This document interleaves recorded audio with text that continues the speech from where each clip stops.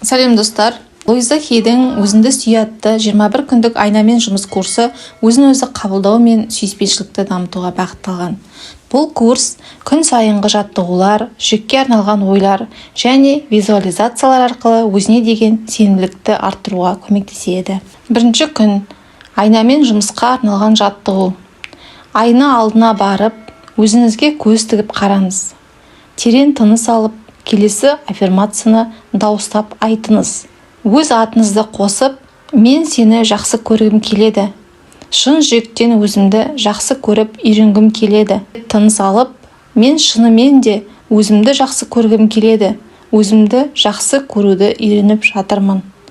Күніне бірнеше рет айнаға қарап, осы аффирмацияларды қайталаңыз. Күні бойы қалтаңызға қолғайна салып айтып жүріңіз. Мен сізді әр күні айнамен жұмыс барысында күнделік жүргізіп, сезіміңізді жазып отыруға шақырамын.